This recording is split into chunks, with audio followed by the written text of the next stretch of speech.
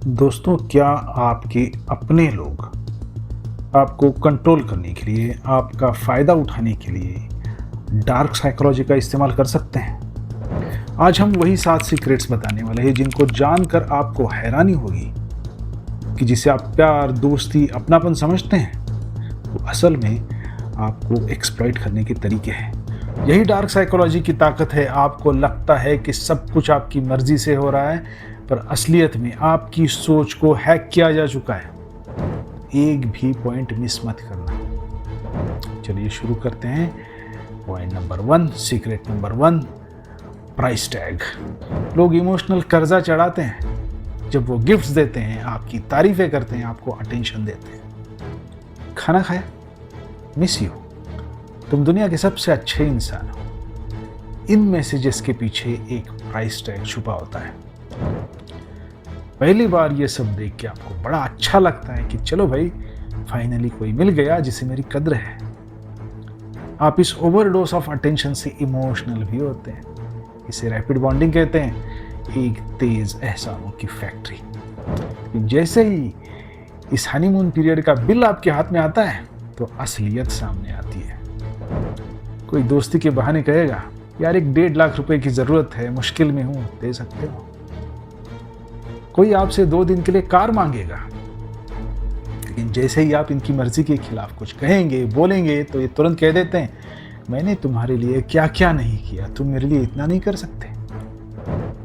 अपनी हर छोटी बड़ी बात मनवाने के लिए वो आपको उन गिफ्ट्स का, उस अटेंशन का वास्ता देंगे। अगली बार जब कोई आपको इमोशनल कर्जदार बनाने की कोशिश करे तो याद रखिए, ये हर मिस यू, खाना खाया के मैसेज के पीछे एक प्राइस टैग होता है। अगर ये आपके साथ हो रहा है, कमेंट करके अभी बताइए। पॉइंट नंबर 2, बड़े आदमी बन गए हो।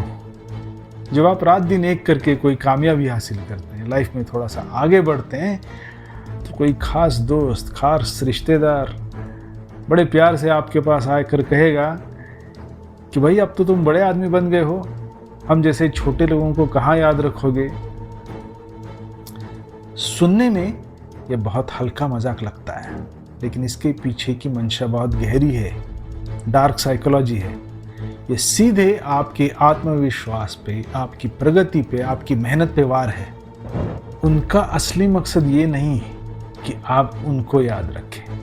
वो आपको महसूस कराना चाहते हैं कि आपने आगे बढ़ के कुछ गलत किया है, या फिर वो कुछ ऐसा कह देते हैं कि याद है जब तुम मुश्किल में थे तो हम तुम्हारे साथ खड़े थे, अब देखो तुम्हें कॉल करने की भी फुर्सत नहीं है। वो चाहते हैं कि आप अपनी सक्सेस को एंजॉय करने के बजाय उनके सामने शर्मिंदा रहे और माफ़ी मांगते रहे। मैनिपुलेटर्स जानते हैं कि जब कोई इंसान गिल्टी महसूस करता है तो उसे कंट्रोल करना, उससे अपनी बात मनवाना बहुत आसान हो जाता है। याद रखिए, जो इंसान आपकी खुशियों में आपको बुरा महसूस कराता है, समझ जाइए कि उसका गेम शुरू हो चुका है। पॉइंट नंबर 3, तुम्हें वहम हो चुका है। ये सिर्फ शब्द नहीं है, ये आपके दिमाग को खोखला करने वाला हथियार है। एक कॉमन उदाहरण देखते हैं। मान लीजिए किसी फंक्शन में कोई आप पर सबके सामने चिल्लाता है, गुस्सा करता है। बाद में आप उससे मिलते हैं, पूछते हैं, भाई तुम मुझ पर चिल्लाए क्यों? तो वो बड़े आराम से, बड़े कॉन्फिडेंस से आपको कहेंगे, अरे यार मैं कब चिल्लाया, तुम पागल हो गए क्या?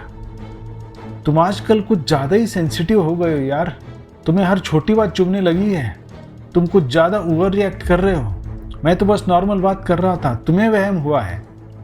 अब गौर कीजिए, गेम क्या खेला गया है। गलती सामने वाले ने की है, लेकिन वो आपको गलत साबित कर रहा है। वो इतने यकीन के साथ झूठ बोलता है, एक पल के लिए आप खुद सोचने लगते हैं, क्या वाकई मैं गलती कर बैठा हूँ?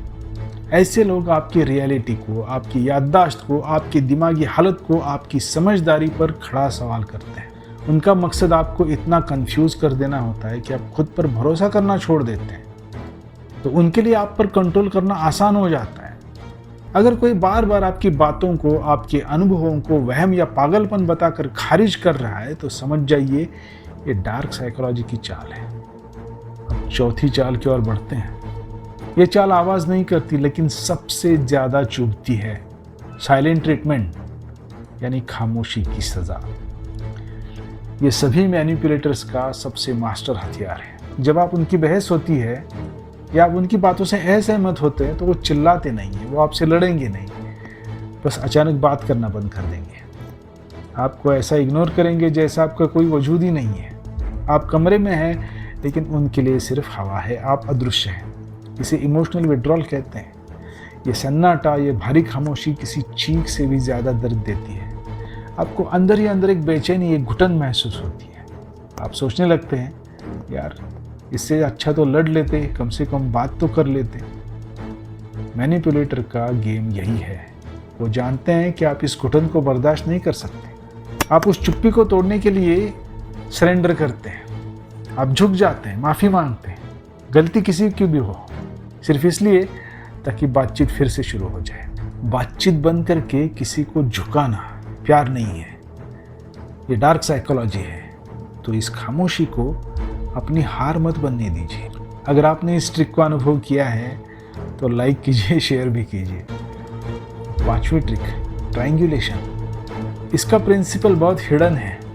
जब आप खुद हार रहे हैं ना, तो किसी तीसरे को बीच में ला लो। जैसे ही आप किसी बात पे किसी से असहमत होते हैं तो वो कहेंगे, यार देखो मैंने इससे बात की है, उससे बात की है, माँ से भी बात की है, सभी लोग मान गए हैं, तुम इतनी जिद क्यों कर रहे हो। अब वो क्या करते हैं, उन्होंने आपके और उनके बीच एक तीसरी दीवार खड़ी कर दी, जहाँ आपको लगता है कि पूरी दुनिया या फिर कम से कम आपके आसपास के सभी लोग एक तरफ हैं और आप अकेले पड़ गए हैं।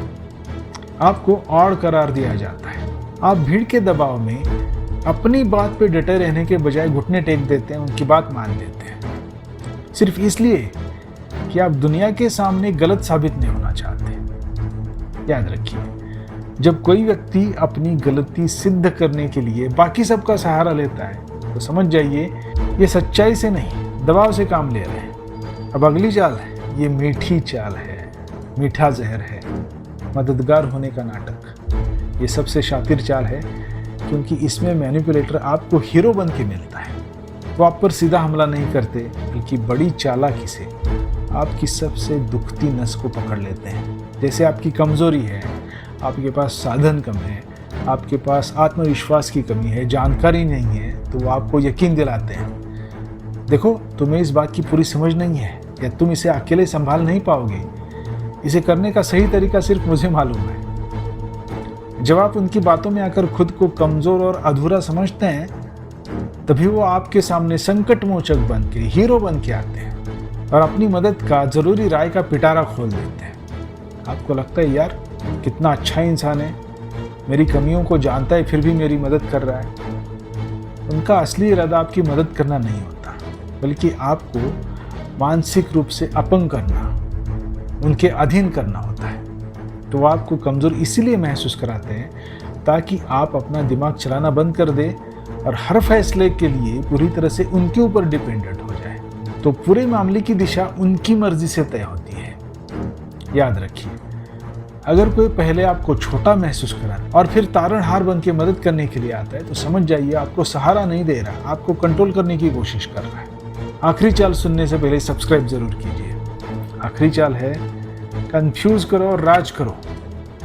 मैनिपुलेटर्स को पता है जब वो आपसे लॉजिक में नहीं जीत सकते तो वो लड़ाई का मैदान ही बदल देते हैं। वो छोटे से छोटे फैसले को, छोटे से छोटे प्रॉब्लम को इतना कॉम्प्लिकेटेड बना देते हैं कि आपका दिमाग सुन्न पड़ जाता है। वो जानबूझकर ऐसे शब्द इस्तेमाल करते हैं जिसकी ज़रूरत नहीं है।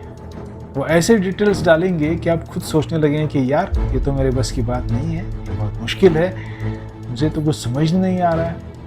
आप मानसिक रूप से हार मान लेते हैं। आप कहते हैं यार ठीक है, तुम्हें पता है, तुम ही कर लो। बस यही उनकी जीत है। आपको भ्रमित करके उन्होंने आपसे उस फैसले का कंट्रोल छीन लिया। याद रखिए, सरल चीज़ को बेवजह जटिल बनाना सच जानने की नहीं बल्कि हावी होने की बात है। तो दोस्तों, हमने ये सातों चालाकियाँ देख ली। इन ट्रिक्स को पहचानने के लिए आपको जासूस नहीं बनना है। आपको सिर्फ एक चीज़ करनी है, जब भी किसी रिश्ते में आपको लगातार खराब लगता है, कमज़ोर लगता है या फिर बार बार माफ़ी मांगनी पड़ती है, तो एक पल के लिए रुकिए, खुद से पूछिए क्या ये प्यार है या कंट्रोल है, एक्सप्लॉयटेशन है। अपनी सीमाओं को, बाउंड्रीज को मजबूत करें, अपने सच पर भरोसा रखिए और इन माइंड गेम्स का हिस्सा बनने से मना कर दीजिए। आप एक मजबूत व्यक्ति हैं, आपका कंट्रोल आपके हाथ में रखिए।